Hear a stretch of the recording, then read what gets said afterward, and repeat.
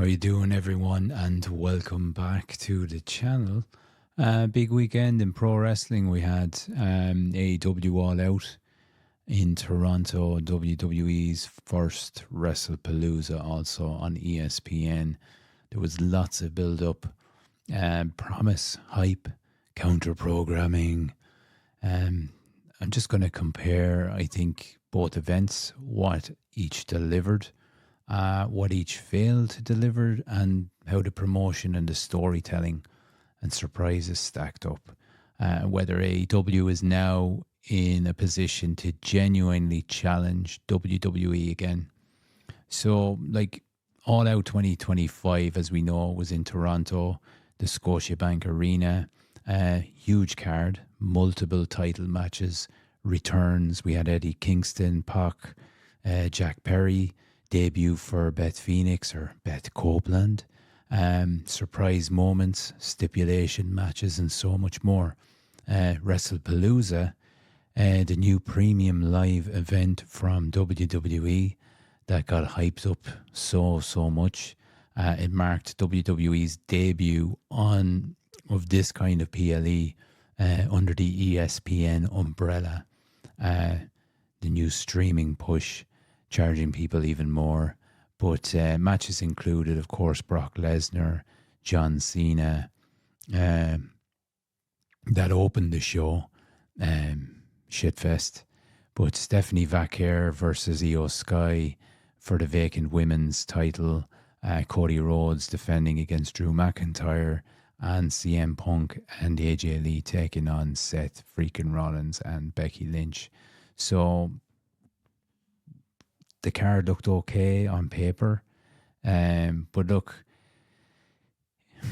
if we look at what AEW delivered, well, we had Eddie Kingston's return after long injury layoff, and Pac, he returned to help John Moxley in the coffin match against Darby Allin. Beth Copeland, she made her debut, and Jack Perry returned then to clash with the Young Bucks. And these surprise elements kind of created a lot of buzz and emotional investment, I think. The wrestling and the match variety, then AEW had a full spread. They had a ladder match, tag titles, women's world title 4-way, stipulation matches, tables and tacks, coffin, that kind of stuff. Different styles and different pacing. The storytelling and the stakes, then if you want to look at that, we had some title changes with the likes of Chris Statlander winning the 4-way. That felt earned and shocking, I think. Hangman Adam Page defending, showing how tough he can be. Post-match fallout then, of course, with Beth Phoenix, Beth Copeland being attacked, and that sets up a lot of future angles, I think. Choosing unexpected winners for AEW. I mean, letting under-the-radar talent shine, allowing chaos in matches, having physical, brutal matches, like Mark Briscoe versus MJF, the tables and tacks, and that there was an emotional payoff there, I think. But what did WWE do? Strong moments. Stephanie Vaquer winning the women's world title. That was good. And the AJ Lee return in the mixed tag, that was good too. That was a feel-good moment. Brock Lesnar and John Cena. I don't know. I think the less said about that, the best. Because what was the point? I mean, John Cena has only a number of dates left. I think it's down to 5 at this stage. We know Brock Lesnar's a monster. We don't have to be told that once again. But he absolutely crushed, destroyed, squashed Cena here. And I just think it was a bit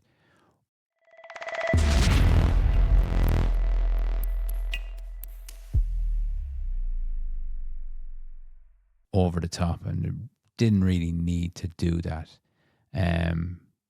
Sure, there was a dominant performance, but we know that's what we get from Brock Lesnar all the time. And the big build-up from SummerSlam with him returning just to squash Cena again. I know it harps back to 2014, all that kind of stuff, but just a bit much, to be honest. Like Cody Rhodes retained as top face. I really think Drew McIntyre deserved to win this because he's been carrying the build up to that match for a long time now, while Cody was off filming Street Fighter. So, yeah, I don't know. Some solid production, high profile names, I guess you could say. But it was safe and predictable. Like WWE leaned heavily on established names and they reuse the old rivalries quite a bit. There's less shock value at the minute, fewer surprises, many outcomes are quite telegraphed. Lesnar versus Cena was really, that was a mess. But it was all almost expected though in some ways, I think. Like we can talk about any hype that Triple H puts on all the time, or WWE management, what they tease, new stars, shocking moments, big changes. But compared to AEW's returns and title changes, WWE seems a lot more restrained. And if WWE promised you won't see this coming, in some cases, it delivers. But in a lot of other cases, it doesn't. And they didn't push boundaries too much.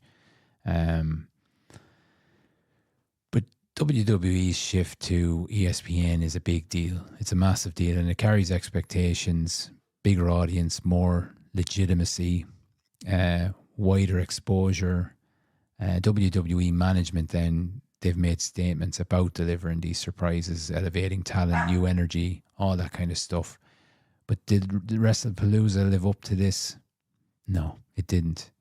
It had production, some high-profile names, but in comparison to AEW's risk-taking, the level of unexpected was lower. And WWE could have used new stars more aggressively or had more shocking title changes. And Triple H in recent interviews, we've said it, he's promised that WWE's new PLE or their new era was going to have lots of surprises, elevation of mid-card, shaking up expectations. And one could argue that WrestlePalooza was a safe new event rather than boundary pushing. And as a result, while it didn't flop overall, many fans' expectations may have been that WWE would pull more out of the bag, especially given competition from AEW the same day. And because AEW seems more willing to take risks right now, deliver surprises, elevate mid-card talent, and allow returns for particular talent that feel meaningful. And they also have the stipulation matches that are memorable, and this builds long-term goodwill with fans. If AEW continues to manage its storytelling coherently, maintain production quality and keep delivering these moments and improve on promotion, social media outreach, then they have a runway to overtake WWE in perception, if not immediately in revenue or viewership.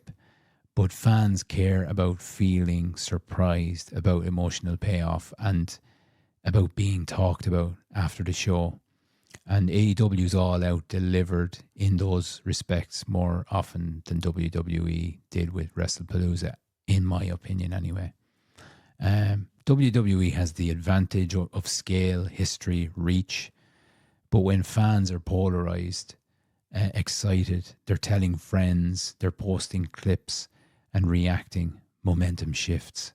And AEW seems to be generating a lot more of that from this past weekend and this year overall. I think their pay-per-views have been really, really well put together, all in there recently. And, earlier in the year, they had their other events, and I think overall they're doing really, really well. They're not perfect. AEW is not perfect, but sometimes risk-taking can lead to inconsistency. Crowd engagement is good right now, but not every match lands. Some matches felt a bit slower to start, or the surprises overshadowed weaker portions. They need to keep tightening, pacing, avoid filler, keep building storylines outside of big events. Also ensure that long-term stories don't fatigue. And I think that would help with their weekly shows, because even though their PLEs or pay-per-views get a lot of traction, I think the weekly shows and getting people to come back, return to watch those, is kind of where they fall short at the moment. Also, their social media or promotion. AEW's hype machine is good, but it could be a lot more aggressive. And WWE's marketing muscle is still huge. And if AEW want to overtake, they must reach casual fans, the ones not already in the AEW bubble, and make them care. Good promos, consistent storytelling, appealing moments that go viral. So in summary, AEW All Out 2025 delivered more in the way of surprises, match variety, emotional stakes, and potential momentum. WWE WrestlePalooza was run of the mill. It was more of a glorified Saturday night's main event. It had some moments, but it felt safer and more predictable. And I think WrestlePalooza will help WWE in introducing its PLEs to ESPN, who actually gave it a grade of C, funnily enough, in their review. But, help maintain its brand to some degree. But if WWE wants to stay ahead, they need to follow through on promises, surprises, elevating talent, delivering unexpected moments. As for AEW, this was a big win, I think. If they keep the momentum and keep delivering, improving promotion, they could be in a very strong position. And this might be the moment where they actually, they're not the alternative anymore, but they're actually serious competition for wrestling's top spot. So, what did you think of it all? That's my question. Which event did you enjoy more, and All Out or WrestlePalooza? Who had the better moments this weekend? And based on what you saw, do you believe AEW can overtake WWE? Why or why not? But subscribe, follow for more breakdowns, predictions, weekly wrestling takes perhaps. And thanks for listening or watching this week. And as always, take care.